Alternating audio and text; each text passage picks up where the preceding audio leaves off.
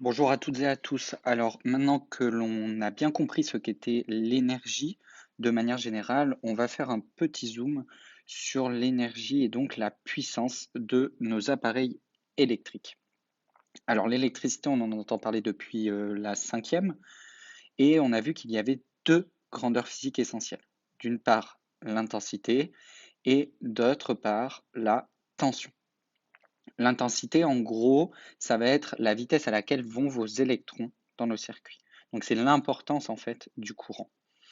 L'intensité, elle est notée I majuscule et elle s'exprime en ampères avec un A majuscule. Et on va mesurer une intensité avec un ampèremètre que l'on doit brancher en série dans le circuit électrique. La tension, elle, ça va être en gros la force qu'on apporte aux électrons, d'accord, pour pouvoir les mettre en mouvement dans le circuit. Donc en fait, ça va être une différence entre deux points d'un circuit, euh, d'un état électrique. La tension, attention, elle est notée U majuscule et elle s'exprime en volts avec un V majuscule. Et on mesure ça avec un voltmètre qui se branche, lui, attention, en dérivation. Du coup, le but est de faire le lien entre la puissance de nos appareils électriques et ces deux grandeurs essentielles en électricité. Alors la puissance électrique, elle est notée sur vos appareils électriques. Là, on peut voir que cette ampoule est 11 watts. Si on regarde se faire passer 1900 watts, bref, tous vos appareils électriques, vous pouvez voir la puissance décrite sur ces appareils. Alors qu'est-ce que ça veut dire la puissance en watts? Je rappelle que les watts, ce sont des joules par seconde.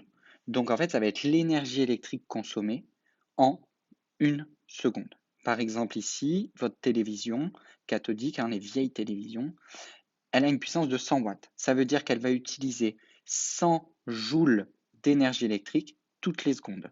Et c'est cette énergie électrique que vous paierez sur votre facture d'électricité. Alors du coup, quelle va être l'expression littérale qui relie la puissance avec la tension et l'intensité? Tout simplement, P va être égal à U fois I. Attention, n'oublie pas d'apprendre cette expression avec les unités, donc la puissance en watts, la tension en volts et l'intensité en ampères. Évidemment, il faut savoir manipuler cette relation et je vous laisse regarder la fiche méthode qui s'intitule Manipuler une relation. Si on cherche l'intensité, I, ce sera P divisé par U. Et si on cherche la tension, ce sera P divisé par I.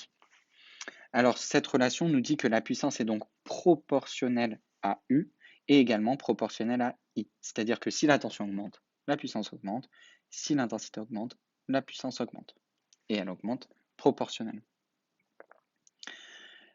Je vous laisse avec un petit défi qui vous permet d'utiliser cette relation. Je vous demande de calculer l'intensité du courant traversant une bouilloire portant les indications suivantes: 1,3 kW et 230 volts.